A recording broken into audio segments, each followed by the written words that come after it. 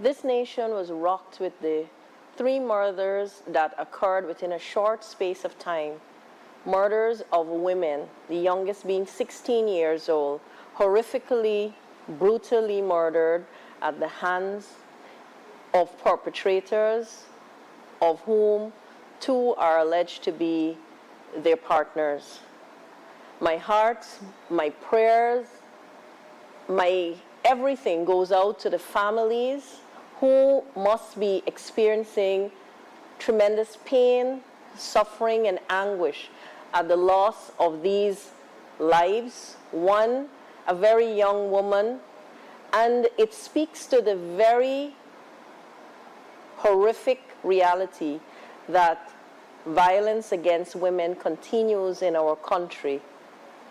And while I am speaking on this, I want the family members, those in Region 1, and those other persons who have lost these women from your homes to know that the Ministry of Human Services and Social Security stands ready to support and offer our assistance to you in this time of sorrow and grief.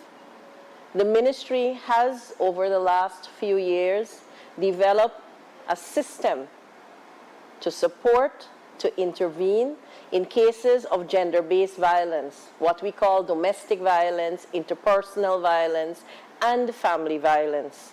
We have expended efforts to ensure that there is a mechanism, a 24-hour toll-free hotline, 914, where reports of violence can be made.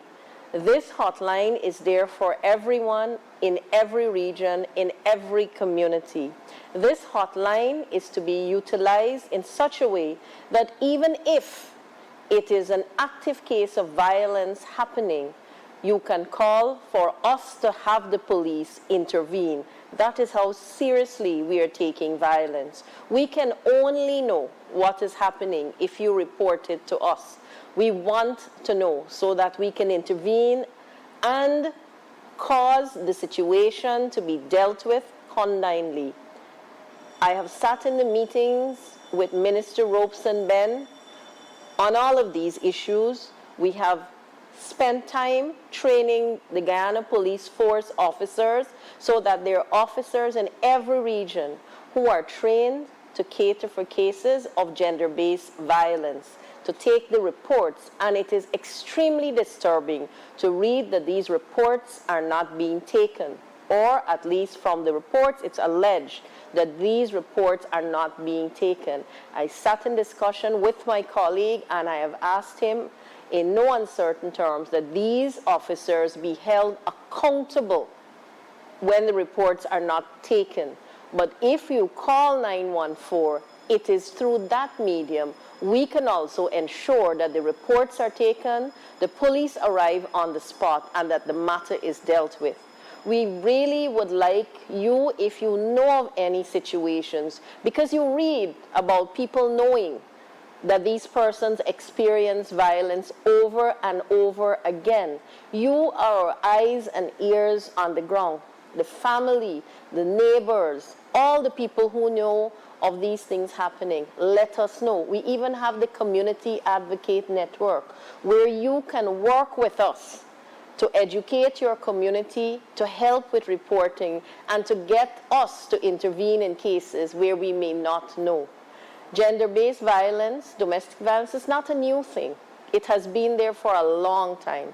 But we have to keep consistently working on this until every perpetrator understands that the law will deal with them condignly. The passage of the Family Violence Act in 2024 has several provisions which hold the police accountable, it holds the perpetrator accountable, and there is now a criminal measure within the Family Violence Act so that perpetrators of violence can be arrested and placed before the courts and charged for violence against any member within a family construct. I really urge you to utilize this reporting mechanism of 914 because in addition to that, we offer shelter for victims of violence, or survivors as we call them.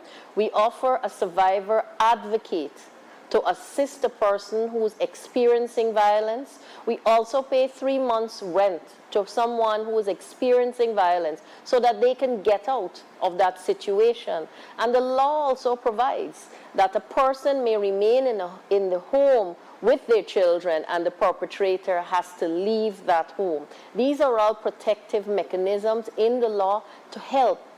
We cannot watch on as our women continue and our girls continue to experience this level of violence.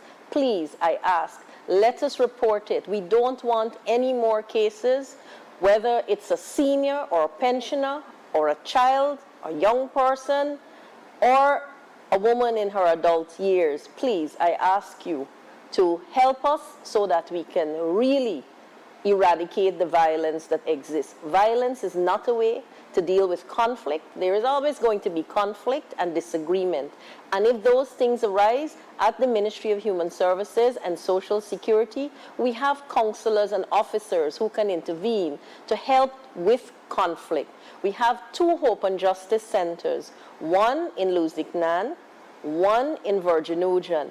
In these centers, we offer all the forms of help.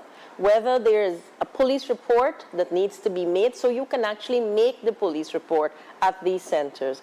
Whether there is a medical to be done, it is done there. If there is counseling or survivors advocate, we provide counselors and advocate. And also we provide free legal assistance. If people will like to get out, and as they should, if it is that kind of a relationship, it is unhealthy. And we also help because children may be involved. So those are all the ways in which we help a person to get out, extricate themselves, but as family members, don't dismiss it, don't shun them, don't think that this situation might change. Maybe if they are not able to make the report themselves and you see that they're not making an effort to get out of the situation, as a concerned mother, sibling, any family member, any neighbor, you make the report for them. The law provides for it, the hotline provides for it, you don't even have to give your information.